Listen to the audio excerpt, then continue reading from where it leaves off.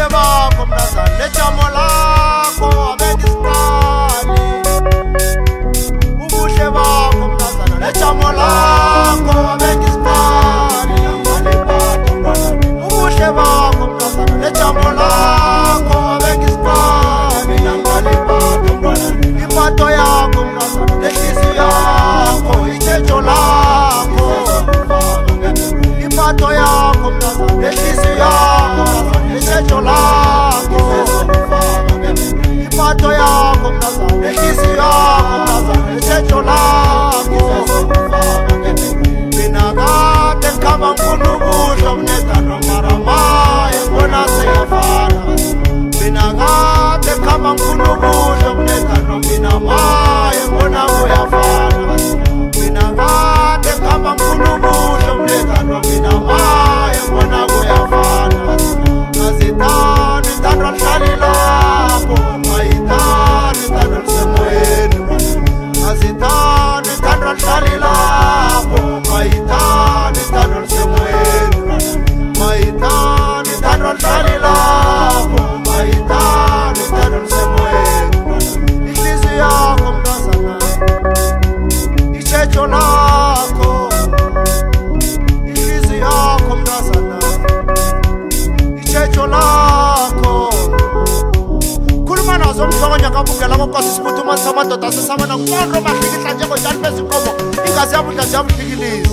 Ngumzili bofa kusimeje ngikhamba naye bongani yemphi usonkunube lapho. Ngiyazibona izinto ziyenzeka madoda. Umntazana ngobuhle nejamo ubuhle buyachinga lifana lilanga elithingako. Buyaphela into umuntu oyisehliziyweni ipatho netshetsho zizinto ekosasiziqaleke lezo. Akufanele ukuthi uqale enye into esecaca ubuhle angekhe bakwenzela lutho.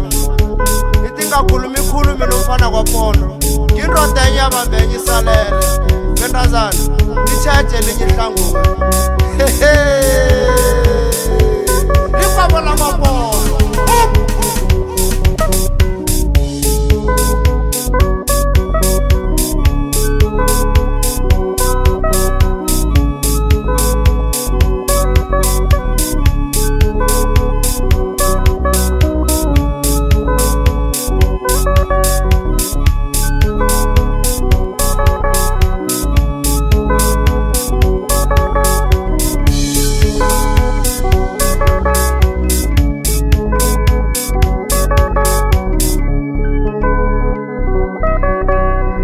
Ubuhle bakho mntazana nejamo lakho abengisikali.